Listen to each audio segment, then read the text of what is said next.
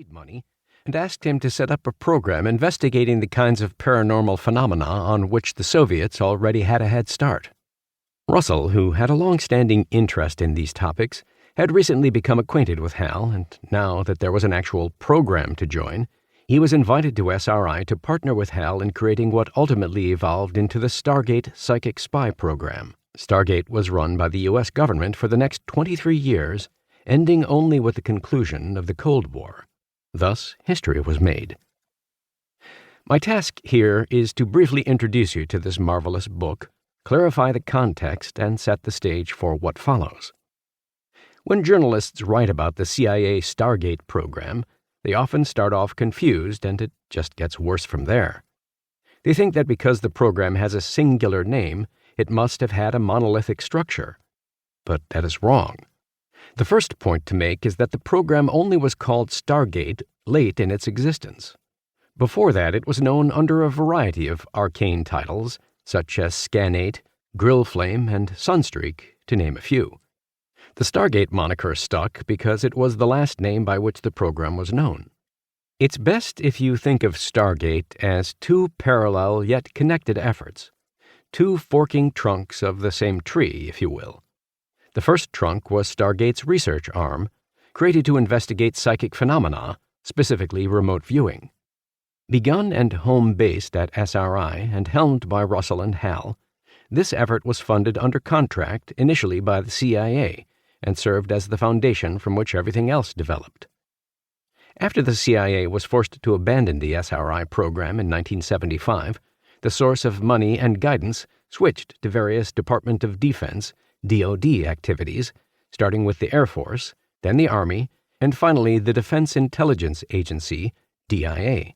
Russell often mentions his great respect for Lieutenant General James Williams, under whom the long-standing relationship between DIA and remote viewing began. Ironically, the CIA never again ran the Stargate program.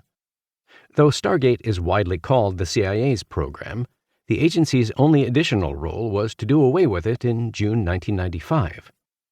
To those of us with ties to Stargate, this was much like giving the beloved dog that you can no longer care for to a trusted neighbor, whose first act on taking ownership was to shoot it. Hard feelings? Yeah, maybe some. Once established, the SRI effort, later moved to Science Applications International Corporation, or SAIC, under Dr. Ed May, was to make its findings available to its customer, the DoD, for use in the other branch of Stargate, the Military Psychic Spy Unit. Some operational, that is, practical, work was done at SRI, but the majority of what Russell and his colleagues did there was scientific. It is largely those results and his experiences in helping generate them that Russ mines for our benefit in this book. After a sojourn at Wright-Patterson Air Force Base under Air Force civilian analyst Dale Graff, the military branch of Stargate came to rest at Fort George G. Meade, Maryland, in the late 1970s. It lived its life there through several incarnations. I won't bore you with the bureaucratic details. First administered by the Army's Intelligence and Security Command, administrative ownership of the unit was passed to DIA headquarters at Bolling Air Force Base, District of Columbia, at the start of 1986, though the actual remote viewers stayed at Fort Meade. We Stargate viewers performed over 2,500 intelligence collection missions for 24 intelligence community and military agencies. Just some of the list includes the National Security Agency, the Joint Chiefs of Staff, the U.S. Secret Service, the DEA, U.S. Forces Korea, the Army's Intelligence Threat and Analysis Center, and the National Security Council. Our most prolific requester, ironically, was the organization that in the end shut Stargate down, the Central Intelligence Agency. Until Congress transferred Stargate to the CIA, leading, as mentioned, to the program's immediate demise, the DIA directed and funded the research at SRI, and later SAIC. This research significantly advanced remote viewing and other consciousness science. The world owes Russell and his colleagues a debt of gratitude for their profound insights from which we all may benefit.